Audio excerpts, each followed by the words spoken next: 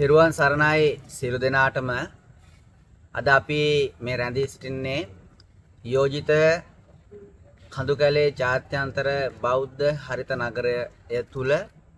ඉතින් ඔයාලා දැනටමත් දන්නවා මේ කඳුකැලේ පිහිටා තියෙන කොහෙද කියලා.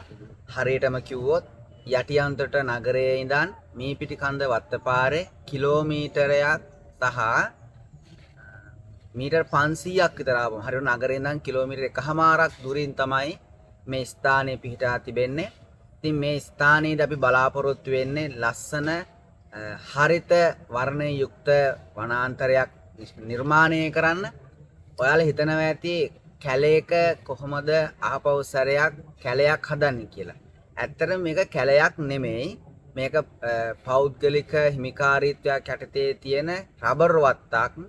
හැබැයි රබර් කිරි කපන්න නැතුව සෑහෙන කාලයක් එක තැනක තිබිලා කැලේ වැහිලා තියෙන වත්තක්.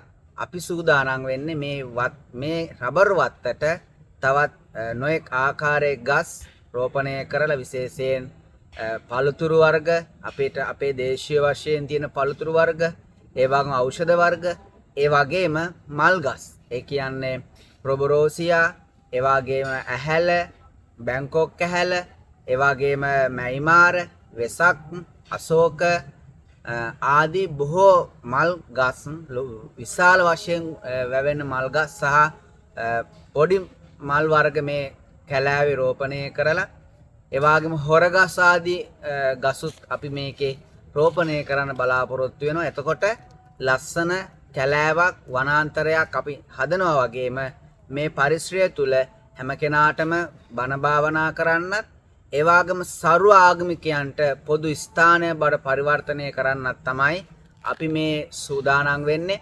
ඉතින් බොහෝ අය මේකේ හරය දන්නේ නැතුව වැරදි කමෙන්ට්ස් අපට එල්ල කරන්න පටන් අරන් තියෙනවා. සමහර අය මේක නිදානයක් ගන්න කියලා හිතාගෙන ඉන්නවා.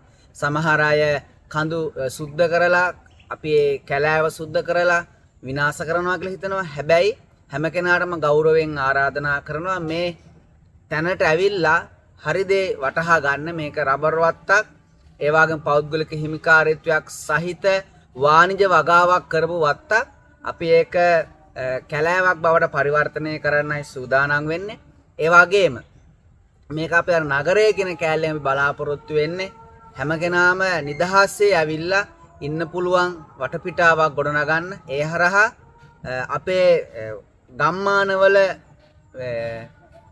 නිෂ්පාදන මේ තැනදී මේ තැන බලන්න එන හැම කෙනාටම ආදාය මාර්ගයක් හදන්න පුළුවන් විදිහේ ක්‍රමවේදයක් තමයි අපි සූදානම් කරන්නේ. ඉතින් බොහෝ අය වැරදි විදිහට අර්ථකථනය කරගෙන ඉන්නවා. මේක බෞද්ධ කිව්වහම එතකොට පොඩක් ඇලර්ජික් එකක් තියෙන අය බෞද්ධකමට බොහෝ දේවල් කියන්න පුළුවන්. හරියට ස්වභාව දහමට ආදරය කරනවා නම් ඇවිල්ලා බලන්න අපි මේක කොහොමද පරිස්සම් කරන්න කියලා. අපි දැනටමත් මේකේ ගස් කිහිපයක් අයින් වෙලා තියෙනවා. හැබැයි ඒව රබර් ගස්. කොහොමත් අපි රබර් වගාවක් අලුතෙන් හදන්න ගියත් තියෙන රබර් ගස් ටික ගලවලා ඒවා අලුතෙන් අපි පැල කරන එකනේ කරන්නේ. ඒ නිසා රබර් ගස් කිහිපයක් ගලවලා තියෙනවා. හැබැයි ඒ රබර් ගස් කිහිපය වෙනුවෙන් අපි පොරොන්දු වෙනවා සමස්ත වනගහනය පැල වර්ග වලින් අපි හිටවනවා 200කට අධික මේ පුංචි කන්ද මුදුනේ පැල වර්ග 200ක් විතර රෝපණය කරලා අපේ මේ සොබහදහම් මාතාවට හොඳට හුස්ම ගන්න පුළුවන්, අපි හැමදෙනාට හුස්ම ගන්න පුළුවන් පිරිසුදු වාතාශ්‍රය සහිත පරිසරයක් අපි ගොඩනගනවා කියලා. ඉතින් හැම කෙනාම අපට ඒ සඳහා උදව් කරන්න ඕනේ. මේ පැල හිටවන්න උදව් කරන්න ඕනේ. මේවා සුද්ධ කරලා වලවල් කඩන්න උදව් කරන්න එන්න ඕනේ. ඒ වගේම පාරවල් අපිට මෙතෙන්ට එන්න ඕනේ. වයස්ක අම්මා කෙනෙක් වුණත් තාත්තා කෙනෙක් වුණත් ඒ වගේම ඕනම කෙනෙක්ට ඇවිල්ලා මෙතනදී පැලයක් හිටවන්න මේ සුන්දර පරිසරයේ තියෙන සිසිලස විඳින්න අපි හැම කෙනාටම අයිතියක් තියෙනවා. ඒ හැම කෙනාටම එන්න පුළුවන් විදිහට තමයි අපි පාරක් හදලා තියෙන්නේ. ඊට වෙනා ලොකු දේවල් මේක කරන්න බලාපොරොත්තු වෙන්නේ නැහැ. සමහර ඒවා අපි සංචාරක කර්මාන්තයට ආවේනික වෙච්ච දේවල් හදන්න ඉන්නවා. හැබැයි කැලෑවට කිසිදු හානියක් නොකර චීනය, ඉන්දියාව වගේ දියුණු රටවල් වල තියෙන ක්‍රමවේද අනුගමනය කරමින් මේක ගොඩනගන්නයි බලාපොරොත්තු වෙන්නේ. මේ චූටි වීඩියෝව දිග වැඩි වෙන හින්දා අදට මම නතර වෙනවා තවත් චූටි වීඩියෝවකින්. නොදුරු දිනයකදී හමුවීමේ බලාපොරොත්තුවෙන් සමුගන්නවා හැමදෙනාටම තෙරුවන් සරණයි.